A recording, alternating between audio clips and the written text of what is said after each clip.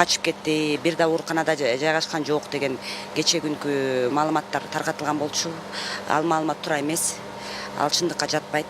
Анткени деген азыркы учурда биздин менин жактоочум ооруканада жатат, кардиологияда.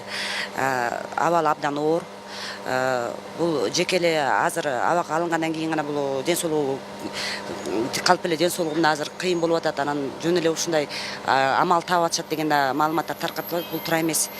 Негизинен мурунтадан бери эле, илгертен бери эле ооруп атат, учетто турат. Дайыма ооруканага барып жатчу. Анан ушу абак алынгандан кийин ден соолугу абдан, ден соолугунун абалы абдан оорчундаган үчүн ушу больницага жаткызганга муктаж болдук.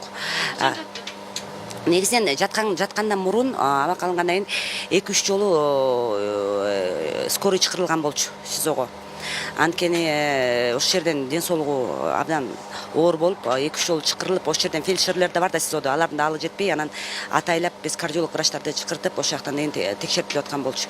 Врачтар башынан эле айтып атышкан, сөзсүз түрдө деген ооруканага жаткызылыш керек депчи. Анан ага карабай ушу кармап жүрүшүп, анан абалы күчөгөндөн кийин анан больницага, ооруканага жаткызганга биз муктаж болдук, то есть СИЗО муктаж болду.